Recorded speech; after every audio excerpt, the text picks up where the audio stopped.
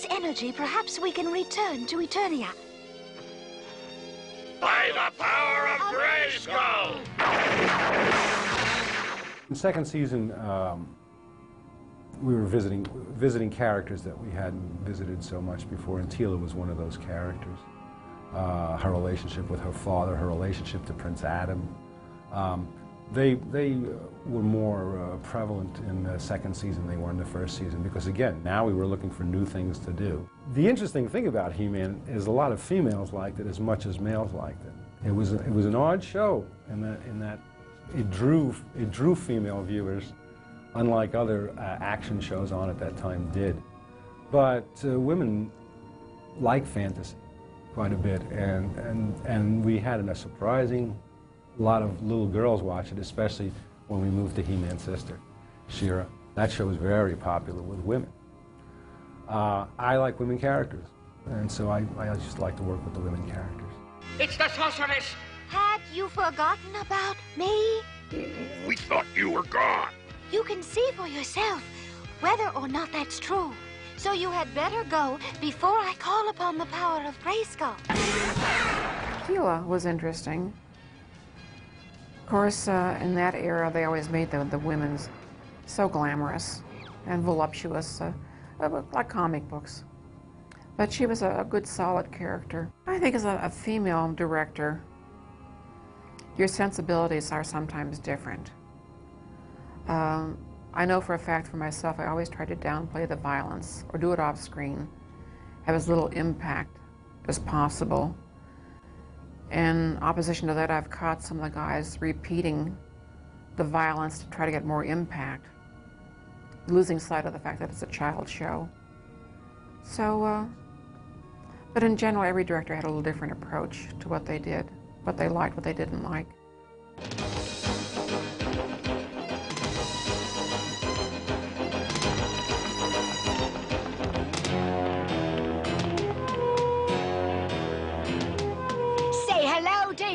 For me. Now she's safely in another dimension with He-Man. What? So that's what happened to He-Man. That wasn't me. That was one of the Spirit of Grayskull's illusions. I think I'm learning.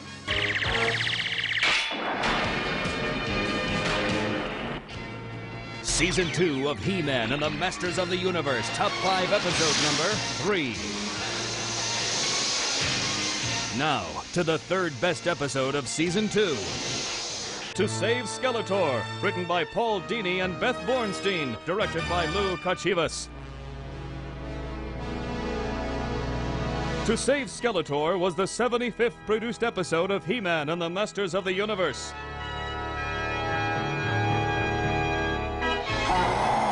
Who goes there? Villain and hero are forced to work together once again in this story when Skeletor brings an otherworldly monster named Shigora to Eternia. Oh! The forces of good and evil must combine to stop Shigora from bringing the planet into his own dark dimension. Stop right there, monster. To Save Skeletor, that was yeah, we wrote the episodes, you know, one after another, and they simply stockpiled them for future seasons. I remember that one. That was sort of like Skeletor conjures up something he can't control, and it takes over him, and he gets in trouble. So, yeah, it's the villain biting off more than he can chew type of story, and He-Man has to kind of, you know, pull him out of the fire in order to save everybody. And you know, I like stories like that. They're kind of, again, you know, my reference on these was sort of classic Marvel comic stories, and every once in a while the hero and the villain have to team up in order to survive, and that's a good place to build a story out of. When a lot of the stories we would get we would get a lot of pitches, and it would be like Orko finds a baby dragon. You know, it's like, okay, all right, or you know, Orko is sad because nobody appreciates him. It's like, okay, Cringer runs away because he's scared. It's like, for a whole half hour you want to do that? Why not just put that in as a B story? And then the writers say, B story? I don't know. I mean, you know, You don't have to, you know, Cringer feels bad. It's like, well, yeah, but you got guys with swords off to the side here. Let's give them some screen time too. So I certainly don't mind a multi-layered story. I mean, they're the staple of television. You know, you have an A and a B story. But when the stories got too soft, I just didn't. I lost interest, basically. Skeletor, your trifling powers are nothing to me. No!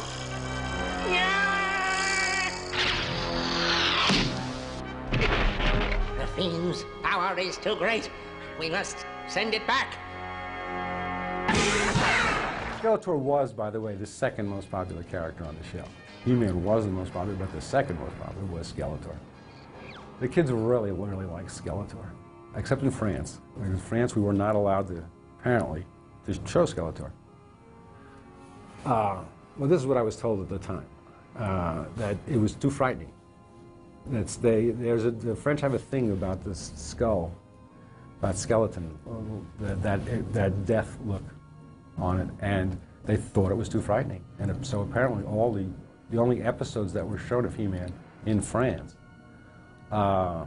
did not have Skeletor in it, which is kind of odd, because he really was a major player. With this magic spell, we shall open a gateway to an evil, little-known dimension and bring forth a powerful entity, mighty enough to overcome He-Man and all of Eternia at my command.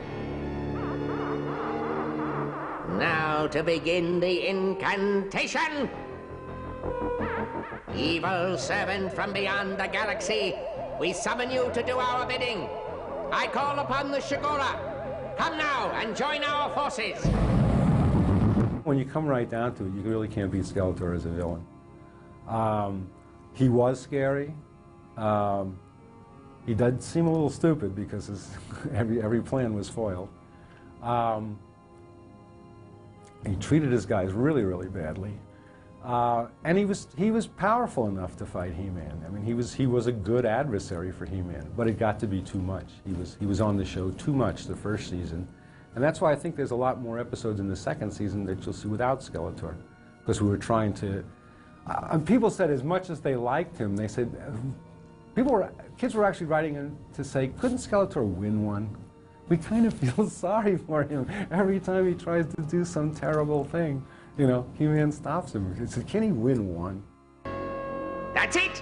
The power of Grayskull is in there! Attack him! No! Keep away!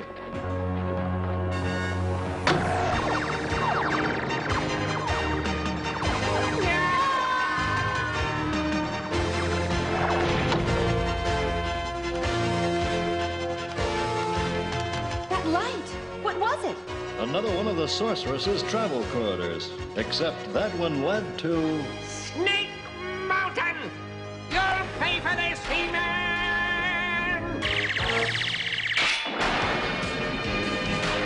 Season 2 of He-Man and the Masters of the Universe, Top 5 episode number 2. Voted second best episode of Season 2 is The Problem with Power, written by Bob Forward and Leslie Wilson, from a story by Tom Tataranowitz, and directed by Gwen Wetzler.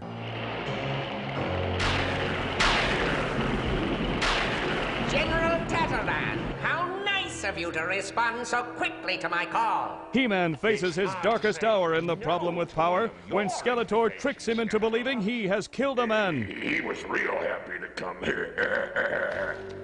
Let's get this straight. I didn't come because that walking can opener made me. When Adam relinquishes his powers, Skeletor and General Tataran strike. Such plans I find very interesting. I want to see that do-gooder defeated just as much as you do. In the second season of He-Man, I think it was, I had an idea for a show. And actually, the origins were pretty self-serving. Bob Forward and I, again, looked at shows that have won Emmys over time, and we go, you know, if a character dies in the show, you win an Emmy. So he said, let's kill somebody in a show. Let's just do it. And so I've always been a huge Prince Valiant fan. and I collect the artwork, and it means a lot actually to my storytelling abilities. And there was a certain page that